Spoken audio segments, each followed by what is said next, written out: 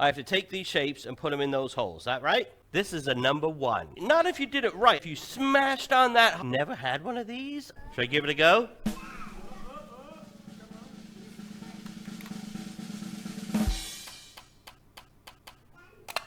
What?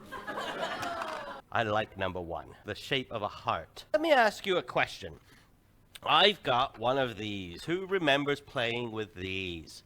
Anyone? Jan does. Bella does. Yeah, some of you guys. Thomas, did you have one of these? Never had one of these? Oh, you poor guy.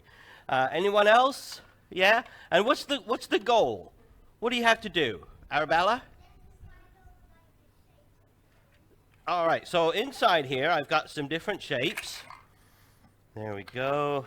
There we go. A few different shapes here. And then around the outside are some holes. And what you're telling me is that I have to take these shapes and put them in those holes. Is that right?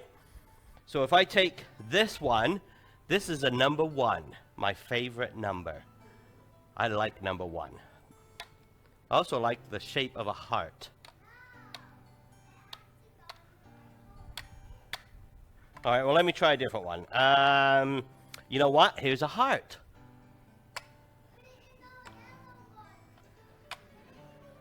Oh, I don't really like that one, though. I like this. So here's what's weird. Look, this has got some curves, and that's got some curves. And if I look very carefully, can you see that? There's space around the shape. So it should fit in, right? But it doesn't. That is so bizarre, isn't it? Sorry? Over here? But there's a little hole, there's a space right there. You know what? I should have brought a hammer. Because I'll bet you, if I smash these hard enough, and Thomas is smiling now, he's wishing he had a toy like this with a hammer. Right? I bet you, not if you did it right, I bet you that if you smashed on that hard enough, I could get that to go in there. Do you think I could? No, you just break the toy. Oh, break the toy. So what you're telling me is that if I take the square orange and I look around here and see there's a square orange, you're saying that this will fit right in there. Are you sure? Yeah. Should I give it a go?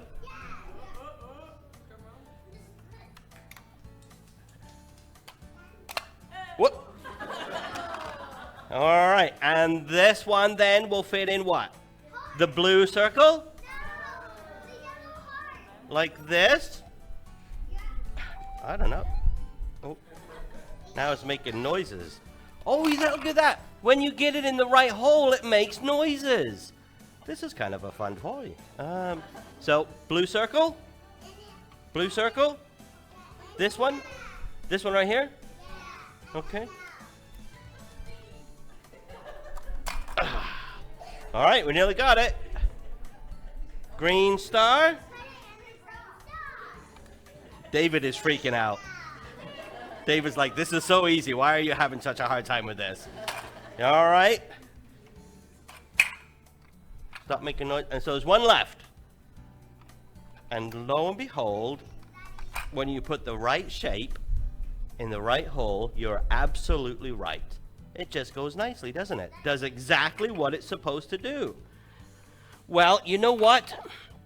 There's an illustration with that. I didn't just do that just to have fun this morning. God has put a hole inside of every person. In fact, he's even put a hole inside of you. Can you see the hole, Pippa? No? No? No?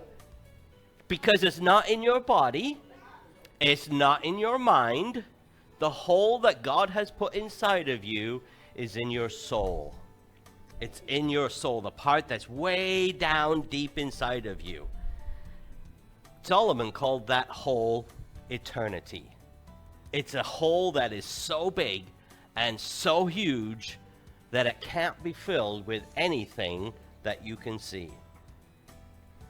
That hole is the need to know him. That's what that is. God has placed in every single person a need to know him. thing is that God is extremely big. And he's very peculiarly shaped. So much so that nothing you can see and nothing you can touch can fill that hole. It's like only one shape will fit inside that hole. And that shape is God. That's what we're going to talk about today. If you want to go get your books, you can. If you just want to listen, pay attention, you can. Even if you get your books, make sure you're paying attention, because the things I have to say to you today are very important.